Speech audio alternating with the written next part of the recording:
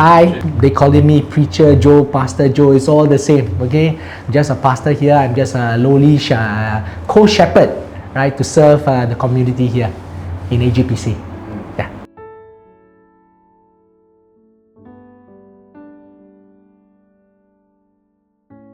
Maybe perhaps we need to think about what worship is all about again. Has God spoken about how we should worship Him? And obviously, yes, He has done. People think that worship is just only about the songs that we sing, the praise songs and all that stuff. But it includes, especially our Reformed tradition, right? It includes also the preaching of the Word as well, and the prayers as well. So that's why we have the whole continuum, right? The whole service, and we end with the 3 Amen. So it includes the whole thing is a worship, right, unto the Lord. So I think it's good to rediscover that again. Yeah.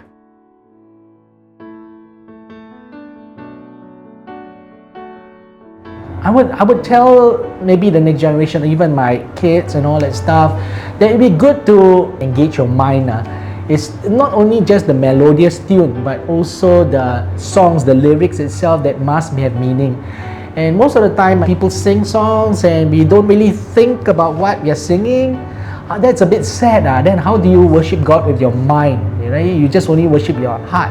So I think my key takeaway to the next gen is to really recover that great commandment again, to love God with all your heart, mind, soul, and strength. And that's the pure heart of worship that God has asked us to do.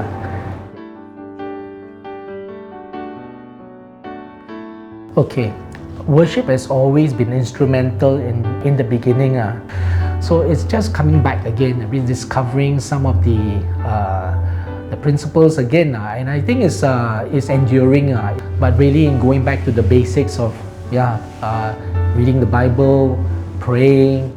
So I think if we have that in mind and try to embrace others as well, the younger generation, then I think it will be a very beautiful thing, because Revelations tells us, right, about that worship, that ultimate worship in heaven, where people from all tribes and all nations come together with different nationalities and everything.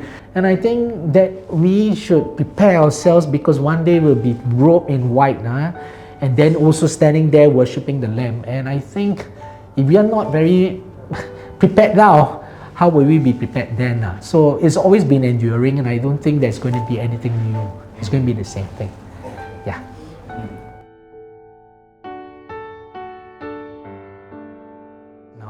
I think it's important to always remind ourselves, who are we worshipping? And because we are worshipping not by ourselves, but we worship as a community, so that our voices rises like incense to the Lord.